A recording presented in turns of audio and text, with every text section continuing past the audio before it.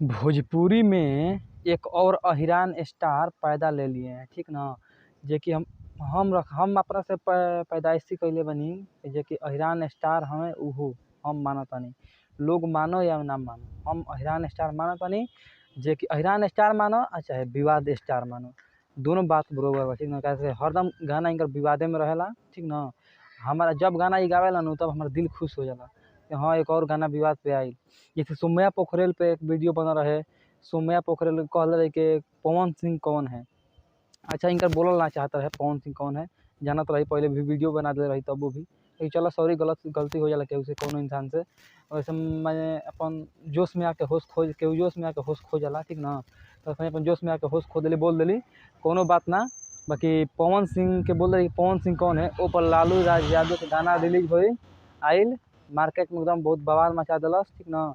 तो उ गाना के रउआ सब जाके देख लम जा, लालू राज यादव ऑफिशियल से छूटल बाटे। बहुत मस्त सॉन्ग बाटे। वही पे फिर मगहिया जवान के रेलाई हो गइल बाटे। तो देखी जा और पढ़ी जा का अइसन रेलाई होइल बाटे। रउआ के बहुत बढ़िया से रेलाई होइल बाटे। देखी त लालू राज यादव अपन फेसबुक पेज पे पोस्ट कइले बाड़न। तो देखी जा रउआ सभे और सुनी जा, देखी पढ़ी जा। मैं सरकार से निवेदन करूंगा कि कंडोम बनवाने वाली कंपनी अच्छे तरीके से कंडोम बनाए। कंडोम फटने की वजह से मगहिया जवान जैसा व्यक्ति पैदा हो रहे हैं। तो पढ़ लेनी जा। तो ये बहुत ऐसा ही मगहिया जवान के रेलाई होत रही भोजपुरी इंडस्ट्री से। कोनो ऐसा कलाकार नहीं है कि गाड़ी नहीं खे देले।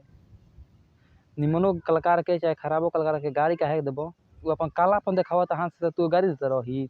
आज बड़ा ये वीडियो बनावे तार वीडियो के फराक फारो बहन जदवनु। आज के बाद कान खोल के सुन लो, ऐसा कबो एथी ना होके चाहिए, ठीक ना। हम अहिरान स्टार टुनटुन यादव के न्यूज बनाईला और साथे साथे खेसारी लाल जे अहिर पे गावेला ओकर हम न्यूज बनाईला, सपोर्ट करीला बहुत ज़्यादा, ठीक ना। तो हित तू बनाओ मत, देखा तोहरे चलते आज बने हम छत पे बोलीला, घर में ना बोले। कैसे घर में कुछ खराब उराब बोलाई तो केहू आदमी रहेला, ठीक ना। एक जगह के हम छत पे बोलीला, पीछे के बैकग्राउंड लगाओ तनी, घर में घर नया तैयार करवा तनी, रूम में एगो वीडियो बनावे खातिर, तो हरे लोग खातिर ही तेरे लाइए करे खातिर अकेले में, ठीक ना। तो वीडियो के प्यार ऐसी बात नहीं जा, लिंक्स वगैरह शेयर कर दे हर कोई भी पहुंच जाए। और फेसबुक पेज हमारा टुनटुन फेसबुक पेज तूफान न्यूज भोजपुरी चैनल हटे यूट्यूब के, और तूफान न्यूज भोजपुरी पेज हटे फेसबुको पे। तो रोज फेसबुक पेज पे फॉलो करिए और यूट्यूब चैनल के सब्सक्राइब करिए।